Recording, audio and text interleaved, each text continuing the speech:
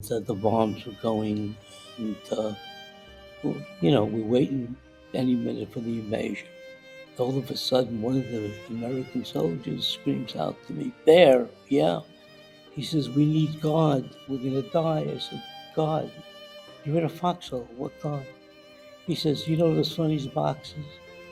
"Yeah, what about them? What boxes?" He said, "You know that stuff you put on in the morning." I said, "Yeah, yeah, yeah, okay." He says, "You gotta pray."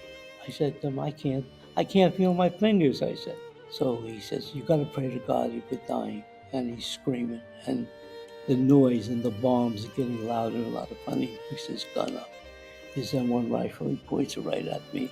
He says to me, he says, "Bear, if you don't pray and put that stuff on, I'm gonna shoot you right in the back."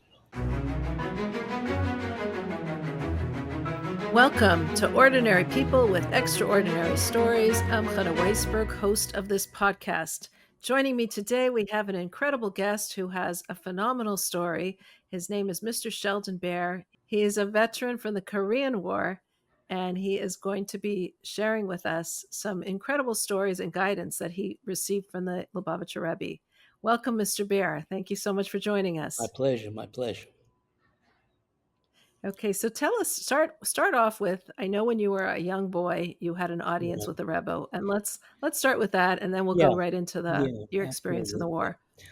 What took place, I was born in East New York on Belmont Street, and I was born in during uh, the 40s. I was born in 1940, so I like the first generation of the Holocaust. So all our rebellion basically came out of Europe, and it was pretty hardcore. So because of the situation, unfortunately, they were very strict and very hardcore, and it turned away a lot of boys, including me. I Mm, was at that mm. point really not interested in following my parents' direction. So naturally, so my parents, my mother was really concerned. We had very good friends, like family in Borough Park. The Gushinsky family, and Reva Gushinsky was a very good friend of my mom's, and she made a recommendation. She says, "Look," she says, "why don't you get advice from the Rebbe?" At that time, Yosef Yitzhak was the Rebbe. So, The uh, previous Rebbe. Hmm. yeah, the Frierk Rebbe. So what happened was, I was just turning, it was a little before I was my 10th birthday. So unfortunately, the previous Rebbe got sick, so I wasn't able to go and see him. So shortly after that, just about turning 10, uh, Menachem Mendel, who at that time wasn't a Rebbe yet, he didn't take on the position. He I was contacted. My parents were contacted. My mother by Gishensky's that he requested to see me. I Mm. really, I really didn't want to go. I mean, I wasn't interested. So my mother, she dragged me along with my baby sister, which is younger than me, and we entered the Rebbe's office. And my mother, she was talking to the Rebbe in Yiddish, and she was about a half an hour crying. The whole story, which I was standing on the other side where the Rebbe, I was to his right, and my mom and my sister were by the door. And she was going on and on. And I tell you the truth, I heard the story, so um, I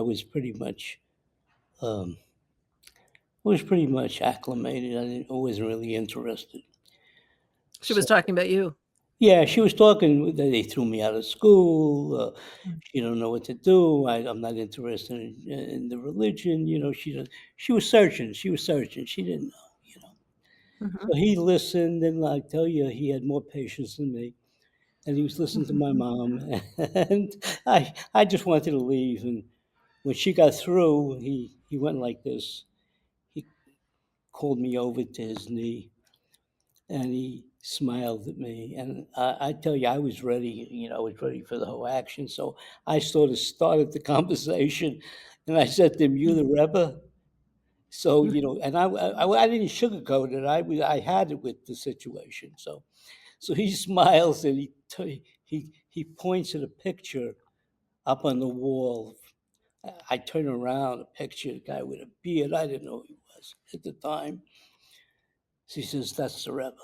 And I said, That "Okay." was his father-in-law, the previous Rebbe, Yeah, and yes. I'm Yeah. like, so then he goes, he says, smiles again. He says, "Tell me, are you a good boy?" I said, "No, no sugarcoating." I was ready.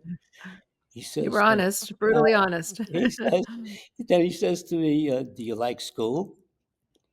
I said, "Absolutely not. No, no, I don't like school."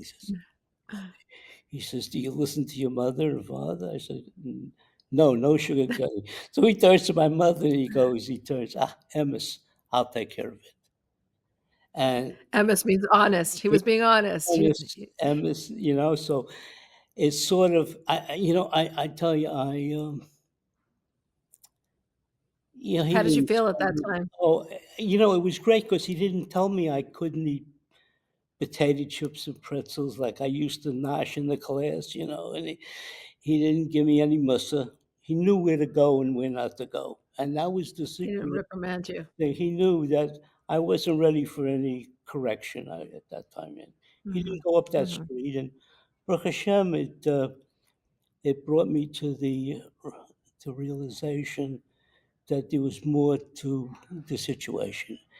And then, mm, I got acquainted with him, and then when I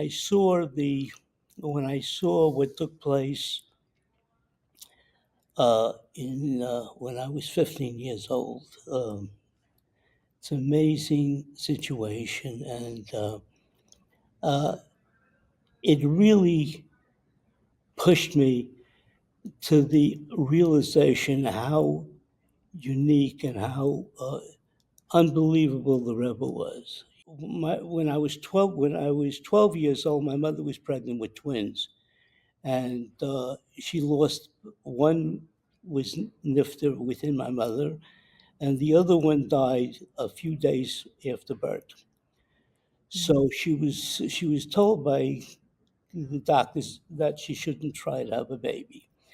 So obviously, what took place, she's been in contact constantly with the Rebbe, and obviously he was very much at that time. I wasn't physically involved with her going to the Rebbe and everything, but he was You heard there. about it. Yeah. So Mhm, uh, she finally got pregnant again against the doctor's orders, but she mm. was pining terrible to have a child.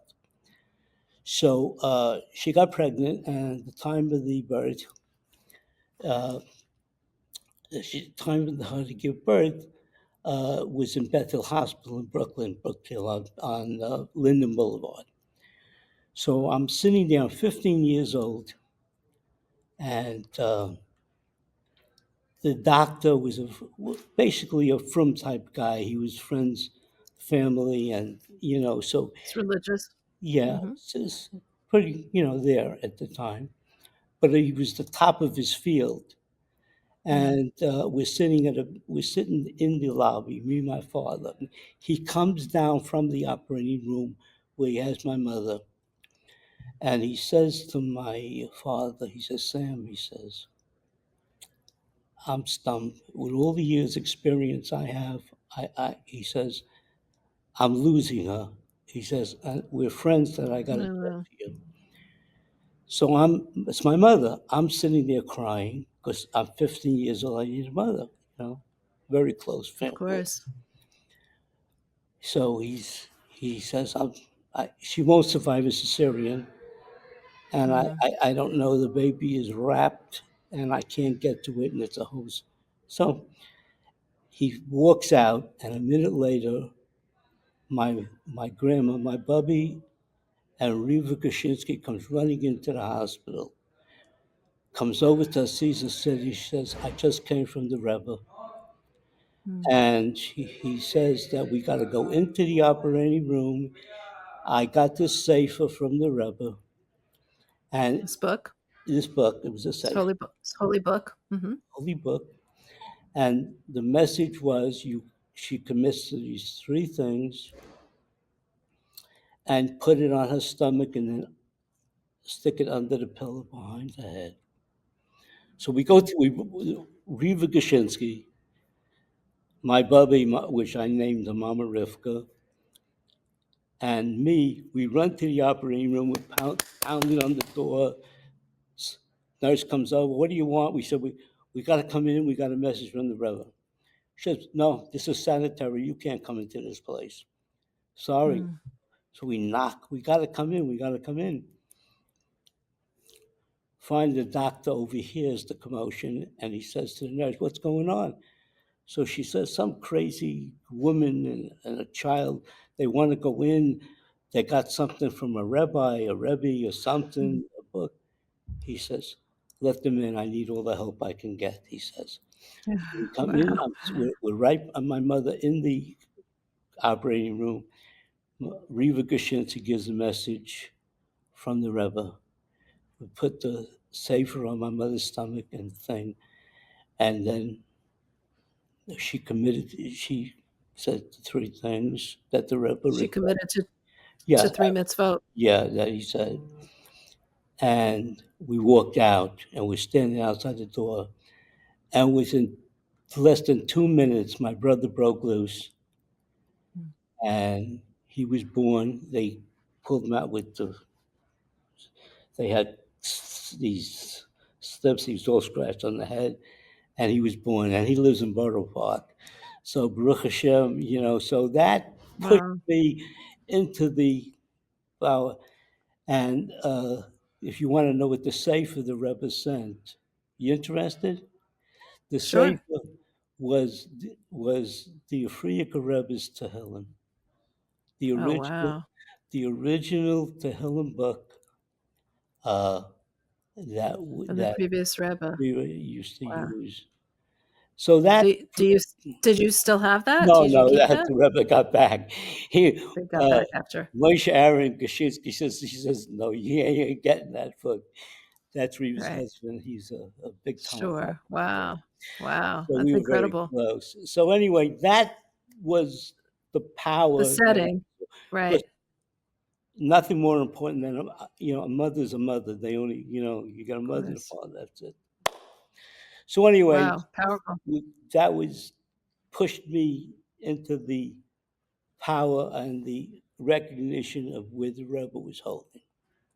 Hmm. So Of course. amazing story. That's and so that's really an amazing story. And that was really the setting for the next story when you were With drafted, right? So from there on, I've always kept that very strong relationship with the Rebbe. We had that special type of Mhm. relationship, and we we shared upon it. So anyway, back to my original story about the Korean story was I turned just turned 18.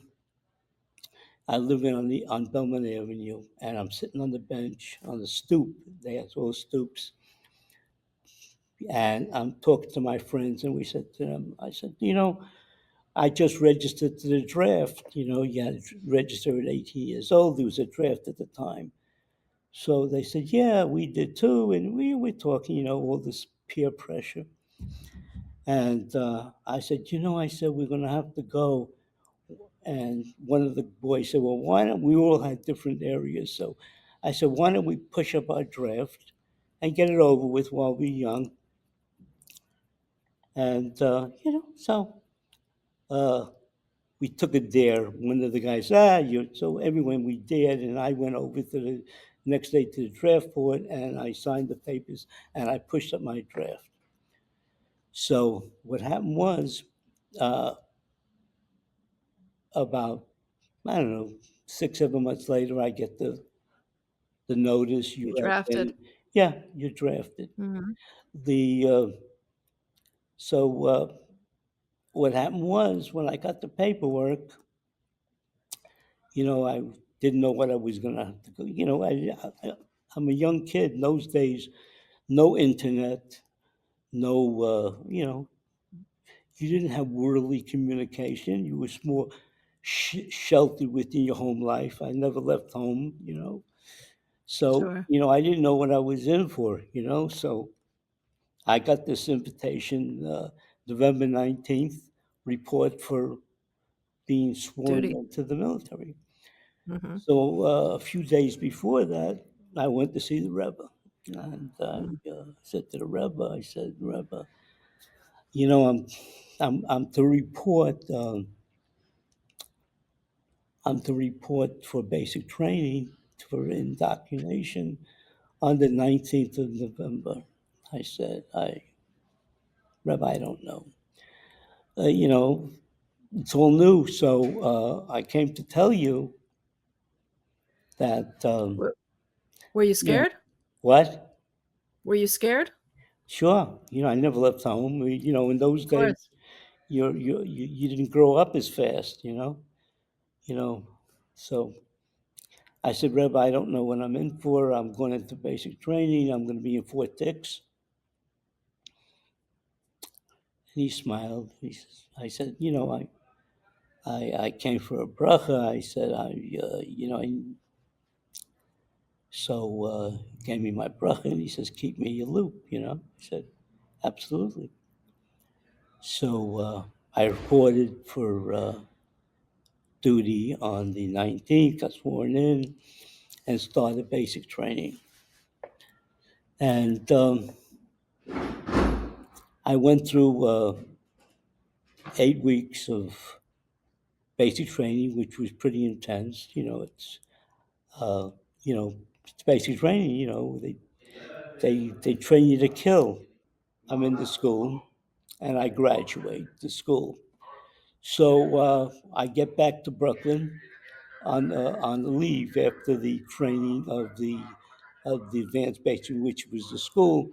So they issued me at the time my yearbook, my graduation book, which I happen to have here, but I brought it to 770 to show the Rebbe. So what I did was I didn't want to take up his time because he was so busy.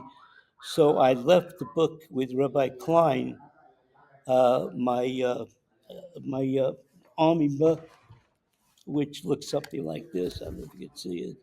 It's a big book, Mm. and I left it, and it's got the whole stuff in there with the graduation and our pictures and all the good stuff. And I left it with Klein. I said, when the Rebbe gets a chance.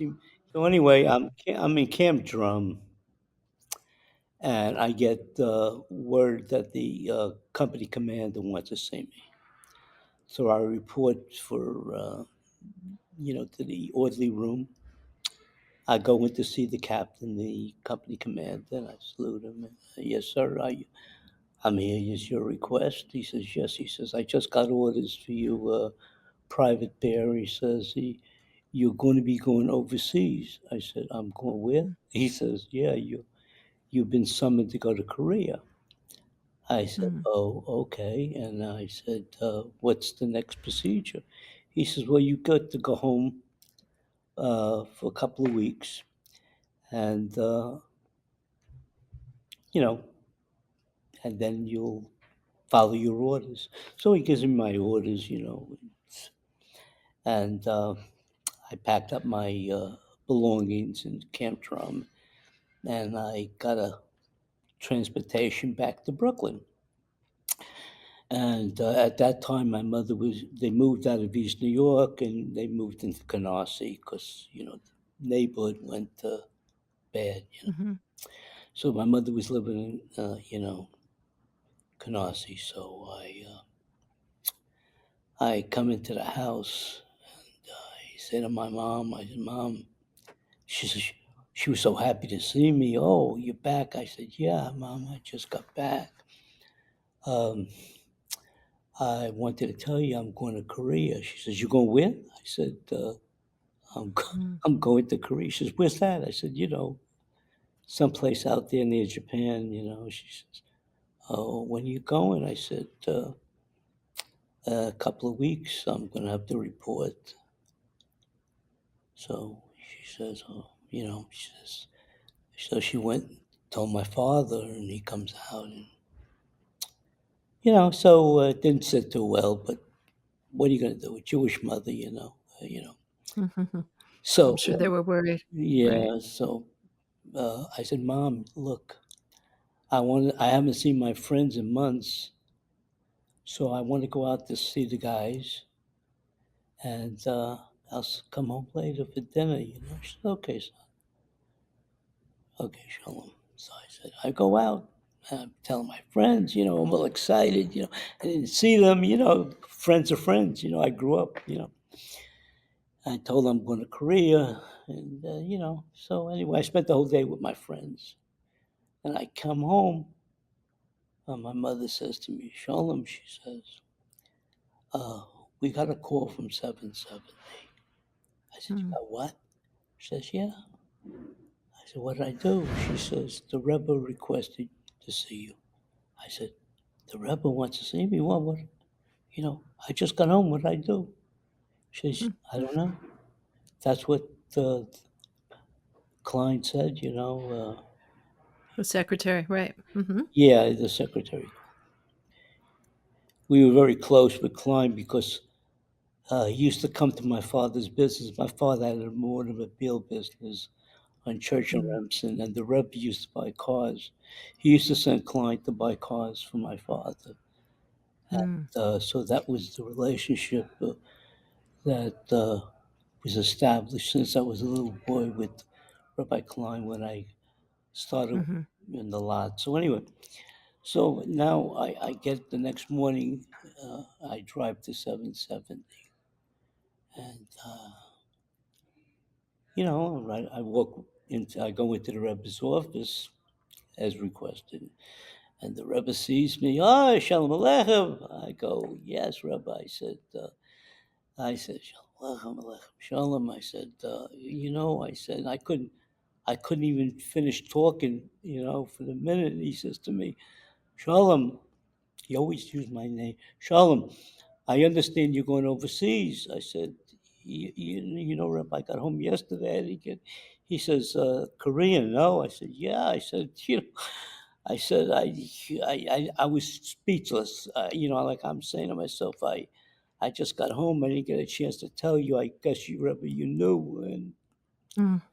so he says to me, yeah. He gets on the phone and he calls his office over there and he says to the secretary, look, he says, I got Shalom here, he says, and I have something waiting for him, but can you please bring it in? And I'm like standing, I'm, I'm like, what has he got for me?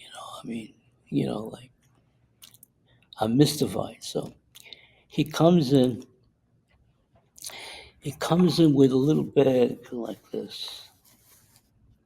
Mm. That's the actual little faded since it's been a long time, but Right. that comes in this little bag. A bag of tefillin. Yeah, and I don't know.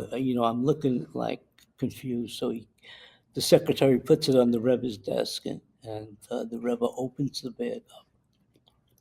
He takes out two little sets of tefillin, and he says to me, Shalom, he says, I'm sending you with these tefillin. And I'm looking, I say, but Rebbe, tefillin. I said, I have tefillin. From my bar mitzvah, I'm not that old, my parent. And the Rebbe goes, he picks his finger up at me, says, I know what you got, but I'm sending you with these. Mm. And he says to me, I want you to promise me you're going to put them on and say the Shema. Mm. And I'm just standing there.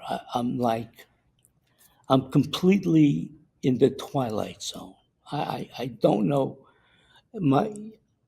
It's like I'm just standing looking at him, and and then he goes to me louder with his finger. I don't hear your promise. Now I'm still Mhm. not responding because I'm still confused. I'm like, the whole thing was like, So then he goes, the first time he ever screamed at me, he says, Shalom, I'm not hearing your promise. So, Mm. Rebbe, I promise, but, I'm still confused. But I said, I'm promised, but I'm confused. I didn't say I was confused. In my brain, I'm confused, and Mm. I promise. So then he goes to me and he says, Shalom, I want to prepare you. You're going to see, and it's going to be very hard, and I want you to be prepared. Mm. And I'm like, oh, he says, I'm preparing you, so be prepared. So Mm. now the seriousness subsided, and he gets back to his usual mannerism. He's like, he's a Chalam, and he was like happy, and he says, okay, he says, Shalom, let's discuss. Tell me the itinerary, what's, Mm. I said, Rebbe, uh, I said, I'm going to leave in about 2 weeks, and I'm flying to Los Angeles, California, and I'm going to spend Rosh Hashanah with my uncle, my mother's brother, in Los Angeles, which he already lived in California, my uncle Melvin.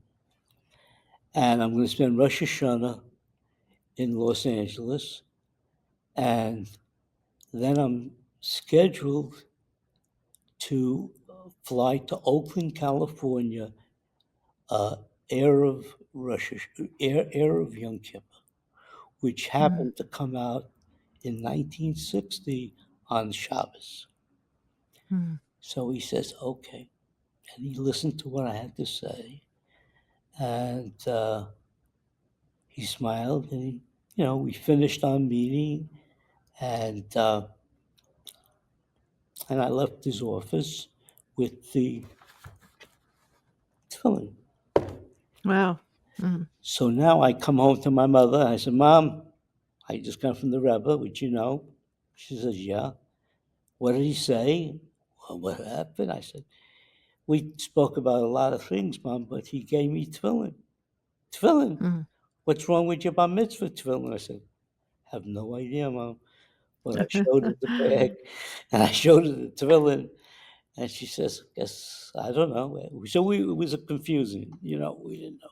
Right. Didn't know what Right. here, there. This is the story. So anyway, uh, a few weeks go by and I fly out of, at that time, Brooklyn, which was Idlewild.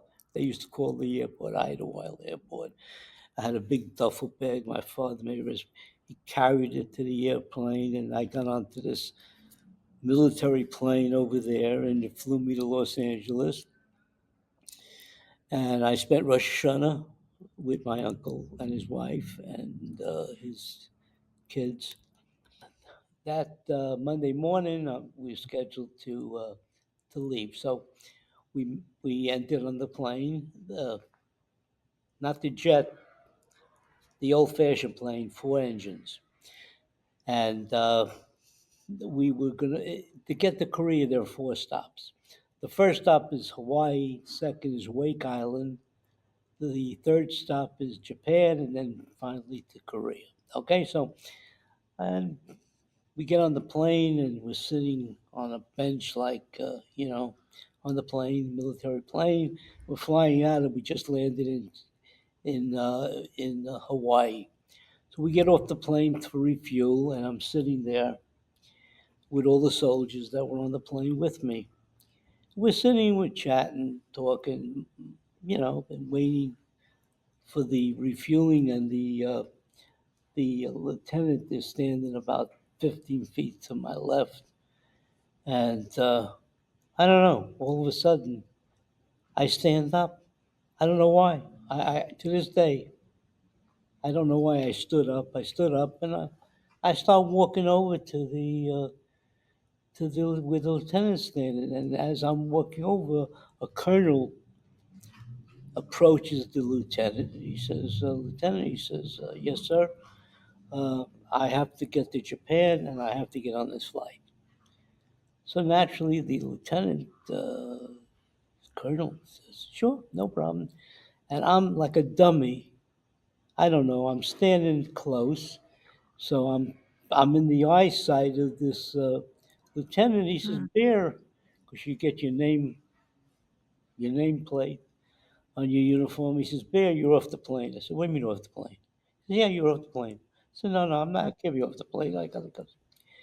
And he starts saying, there's no conversation. You'll get the next plane out. So I was so upset. So I saw the colonel's name on his uniform. So when I went back, I wrote it down on a piece of paper. Figuring when I became a general, I'd court martial him. So anyway, the mind of a young kid, So I'm sitting down and they fly away. And hours go by and I'm saying to myself, so I get disgusted and I go back to the military section to speak to some of the people that work in that airport, this military side. I said, hey, I'm taking off this plane. Well, when's the next plane? He says, just relax. It'll come. So anyway, finally comes and I fly out and I get the next plane and I enter into Wake Island and then we don't get off the plane. They just refuel and we go on to Japan. So I get off of the plane in Japan and I check into the orderly room, uh, tell them, figure out where I'm at. So I walk in and the company clerk is sitting at his desk. I said, listen, I said, I just came in from the States. I'm scheduled for Korea. I show him my orders. Yeah, I was on the plane and I tell him the story and he looks at me like I'm crazy. So he says, can you please just wait here? So he goes to the officer of the company commander. He says to him, you better talk to this guy. So they take me into the back room and he says to him, where'd you come? I'm telling him the story. I said, I was bumped off the plane in Hawaii. And he says, he takes me to a little room with a light. I said, what's going on? I just want to catch up to the hour. And he says, you left the airport? I said, what left who? I'm sitting there for hours. So he's interrogating me. So I said to him, I said, what's the problem? I said, tell him a story. I said to him, this colonel came up and he bumped me off the plane. And here's the guy, He said, interrogation. So I said, look, I don't know what's going on. If you want verification, please just call Hawaii Airport. I spoke to the military section over there, and I'm sure they remember me. I was the only one sitting there. So they call up, and he comes back about 20 minutes later with a pale face. And he says to me, yeah, he says, we checked your story out. It's correct. I said, look, officer. I said, oh, look, sir. I said, I don't know what's coming off here, but can you please tell me what's going on?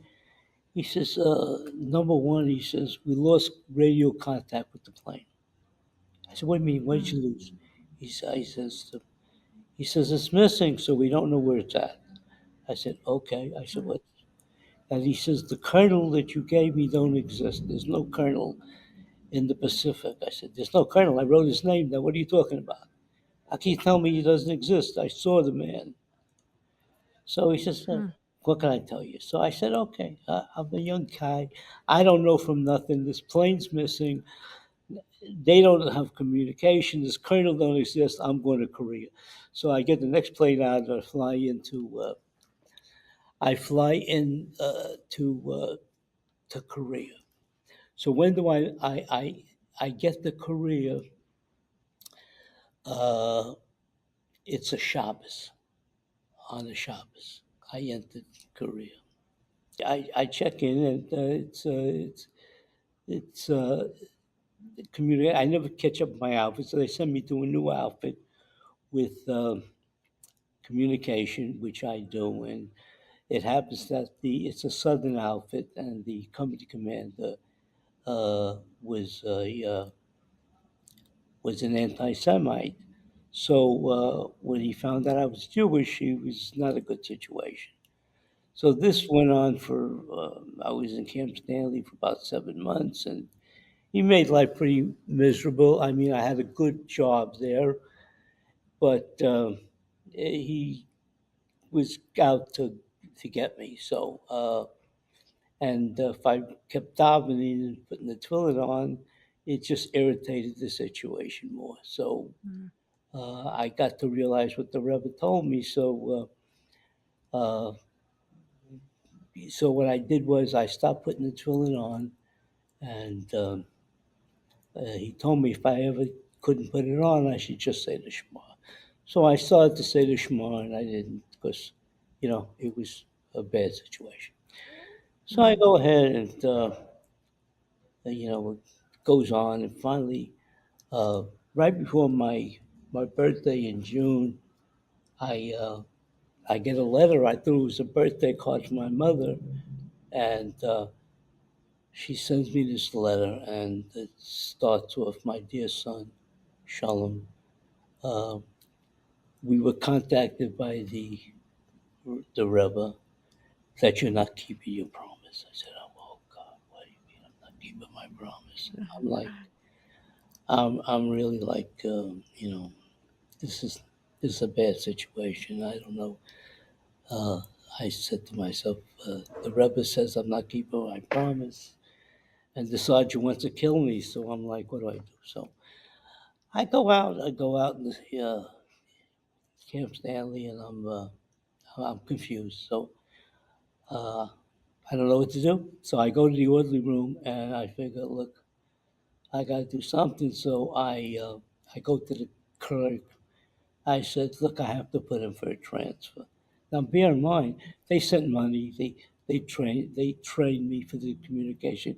You just don't change jobs in the army. This is the Mm. military. They're just, it's Mm. not democracy. It's not Mm. you do what you have to do.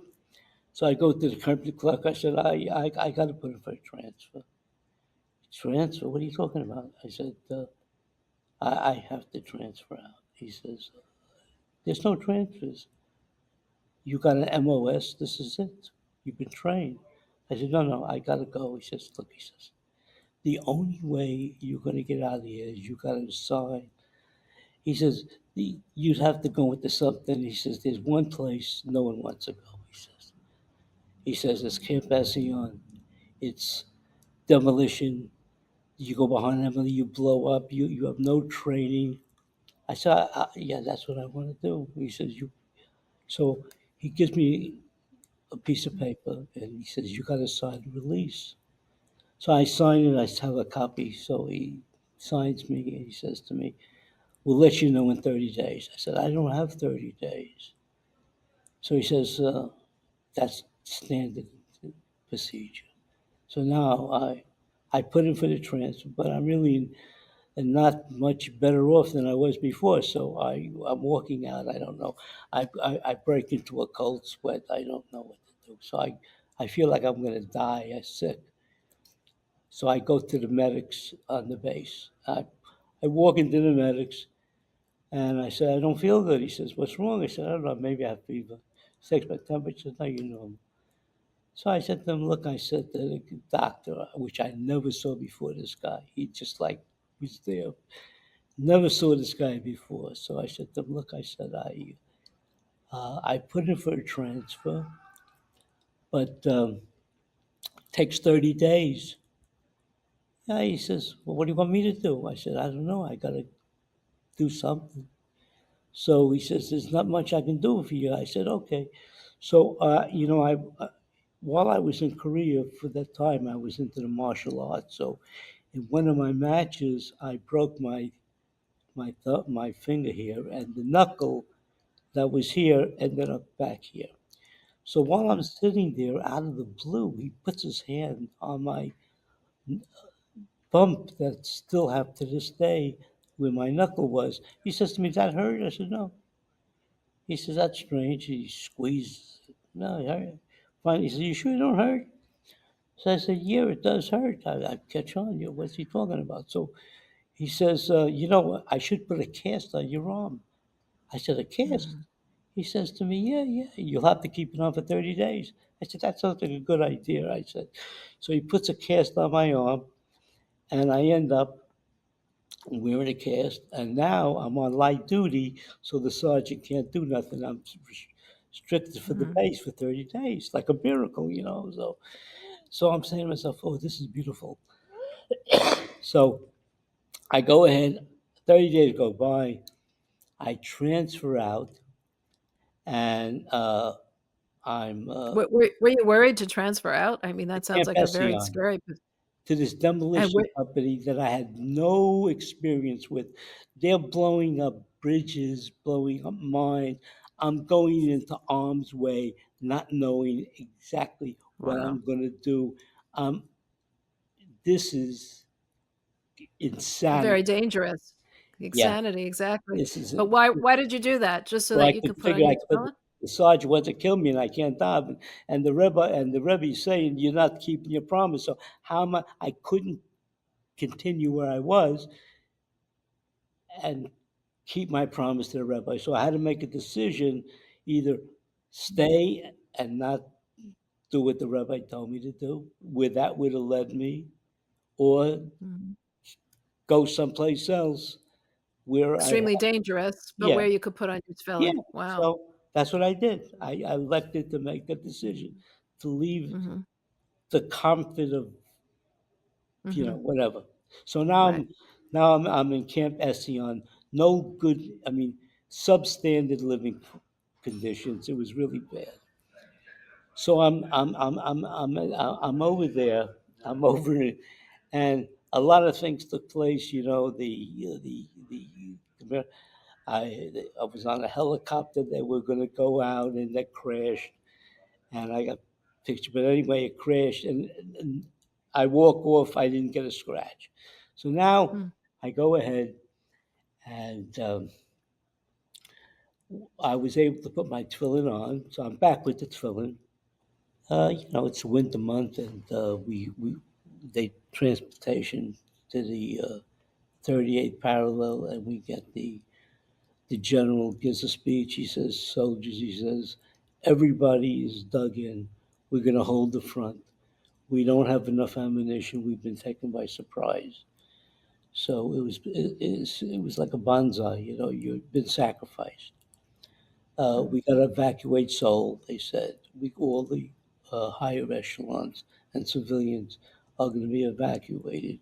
We expect the Chinese and the North Koreans to invade, and you're the bumper zone, and you'll fight as long as you can. This is all the ammunition. We get into the foxhole. It's snow, hail, mud up to my knees, and we have 150 caliber machine gun M1 rifles, ammunition for about 20 minutes of combat, and we figured this is it. We're gonna get killed. Pretty much what they told us. We're being sacrificed. So when the bombs, so now we're sitting there, we're waiting, and all of a sudden the bombs come over from North Korea, and we get knocked around in the foxhole, and uh, we're in there with our platoon and a couple of we had our Korean Rock Army soldiers in there, and several Americans in my outfit together with myself, and the bombs were going, and we're waiting any minute for the invasion. And while this is all taking place, it's like Twilight Zone.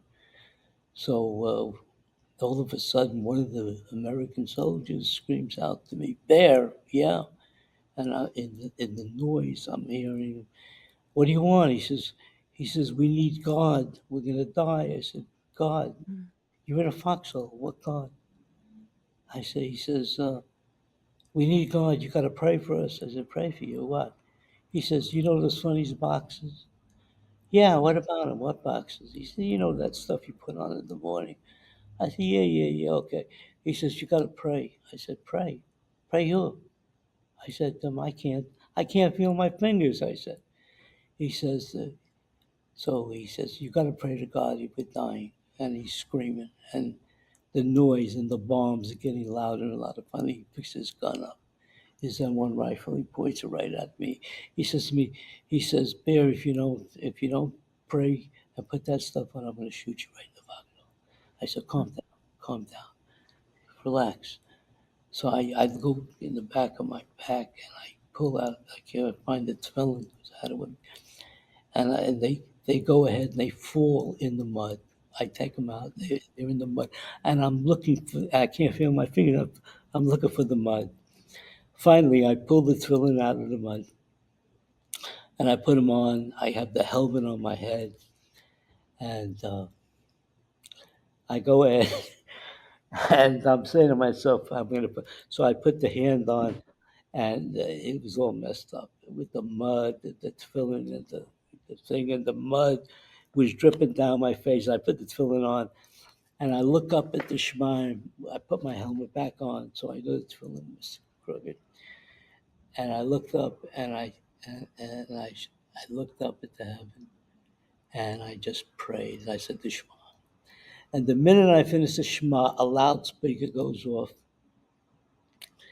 and the loudspeaker voice comes on and says, "The alert is over. The Russians are turning the ships around." And that's Mm. where they were going to put missiles in Cuba. No, because and I said, "Wow!" And I took the tefillin and I put him back in the bag, didn't wrap him, just threw him back in with the mud and the dirt and everything the tefillin would make big. And after that, I get back and I took the tefillin and I just put it in my sack. And I forgot all about the tefillin because they were all wet and messed up. And I kept the bag in the tefillin and I never opened the tefillin up for till what 2013, I'm living in West Hills, my original home, which is another story, in California. And I kept it on the my bookcase in the bag, but I never opened them up. I figured they were ruined, you know. So I had a dream with the Rebbe, and it's a whole story. And I figured, let me look at this film in 2013. So I opened the bag up, and I pull out the tefillin, and the straps, which I have here, are all rotted. The boxes were full of mud and things. So I'm saying to myself, you know, they got to be ruined. But so I figured, what do I got to lose? So I went down to the Scribe in 2013 on in Los Angeles on Detroit Street. And I go into the Scribe, and I knew him because I used to bring out my other stuff there. And I tell him the story with the tefillin, and he says, "Oh, okay." He says, "There." He looks at the boxes. He says to me, "They're they, they probably." So he opens up the thing, and I'm standing next to him. I figured, and as he's opening the boxes up, the dirt, the mud are inside where they have these Mm. sponges in the tefillin. So he's gets to the tefillin and he starts pulling him out, the actual tefillin, and he starts looking at them. And I'm picturing words and letters flying in the Shemayim. They Mm. left the tefillin in my brain, So he starts to look and look and look, and his face gets white. So I said, "What are you? They're gone, huh?" He says, "Gone." He says they look like they were just written. He says. I said, "You kidding?" Mm. Wow. Because I got pictures of these. He never took pictures of tefillin. He photocopied the tefillin, which I have copies. So what he did was, he says, because the Rebbe's tefillin, and he gave it to him, I'm going to restore the boxes. So he went through Mm. a whole procedure, which he Store actually it. restored the original tefillin uh, and he put new straps on. And what he Wow. did was he actually restored the original set of boxes. Usually they don't, at the way they were, usually they just bury them or do Wow. something. But Incredible. he Really restored incredible. he restored the original set, which I have to this day, of Did the did you ever go did you ever go back to the Rebbe after you came back from the war? After you Oh, came yeah, back from yeah, overseas? I went back, many, many times we discussed, 'cause I never knew who the colonel was, and the thing was, you don't have to know. It was not your Mm. business. You Certain told him things the story. certain things Yeah. are not you don't know in this Wow. world. There was a lot of miracles that took place that we couldn't get into because of the time factor. Right. But Looking back at these tremendous miracles, what's your feeling about it all? I think it was you know, the Rebbe saw things that you can't explain. I think this story and what took place had more to do with just me. Mhm. I think that when you go into harm's way, sometimes you don't have the ability to protect yourself enough, and you need that spiritual entity to help you to survive. And Mm. one of those things is how you approach the mitzvahs of Hashem. And one of the most powerful mitzvahs that goes back to the time of creation, before everything, was the tefillin. You go back, and if a soldier realizes sometimes that you need that extra power that could Mm. save your life, you don't realize how powerful it is.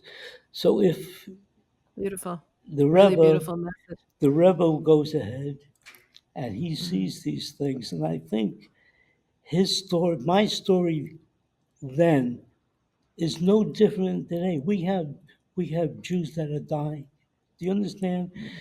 Mhm. You have to feel. You can't become desensitized. You can't get used to. If one person dies, it's the whole world. And this is the Right. attitude of the Rebbe. Every person has their own neshama, and Right. if you go ahead Beautiful. and you could save lives by, the Rebbe's one of his biggest campaign during this time with me was the tefillin campaign. It's a Mm. powerful message. So my story is as relevant then as it is today. And for you 100%. soldiers out there that are going into harm's way, it could be a powerful tool. It's more powerful than the gun you're carrying, you Beautiful. know? Wow. Mr. Bear, thank you so much for sharing your story with us and for your Thank you. powerful message. We really appreciate it. And Thank we you wish so you much. continued health and Yeah, continued well-being in all that you do. thank Thank you you. so much. Thank you for Thank you, sharing it. Sana. Wow, what a fascinating story with Mr. Sheldon Bear. I found it so fascinating from the beginning when he spoke about how, as a young boy, he came to the Rebbe and how the Rebbe treated him, how the Rebbe focused on the fact that he was saying the truth rather than the fact that he was a little boy who was always misbehaving. That was really a powerful, and the relationship continued. I found it so fascinating how the Rebbe came to him to send his mother actually sent him a letter saying that the Rebbe wanted to know why he wasn't keeping his promise, because the Rebbe really felt that this was something that he needed to do in order for his own effort, in order for him to survive. It was incredible how he decided that he was going to stop being part of that anti-Semitic commander's unit and transfer to this very, very dangerous role, just in order to keep his promise to the Rebbe to keep on putting on tefillin. And that certainly merited him the beautiful uh, miracle that happened in the foxhole, how he described it, how it was interesting how the non-Jew who was with him told him, "Bear, put on your tefillin," and how sometimes it's non-Jews who remind us exactly what our power is, and that's when he put on the tefillin, and of course, the tremendous miracle happened. Mr. Bear's message at the end was really, so inspirational and so relevant to all of us. There are times when we are all doing something that we need extra strength, we need extra protection in our daily lives, something that we're going through, and the merit of a mitzvah is what protects us all.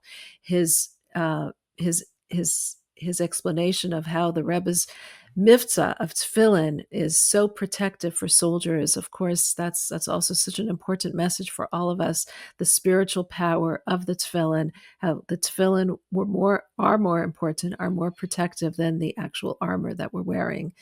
And that's really the takeaway for all of us. Mitzvahs that we do are our protection in whatever situation that we're in. We have that armor, we have that protection, and this is our way of really connecting to something higher than what we are.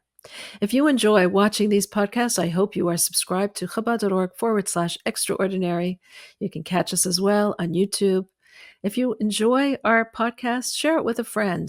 Ask them what they like. Give a copy it down, and just forward it to any friend of yours who might as well enjoy it.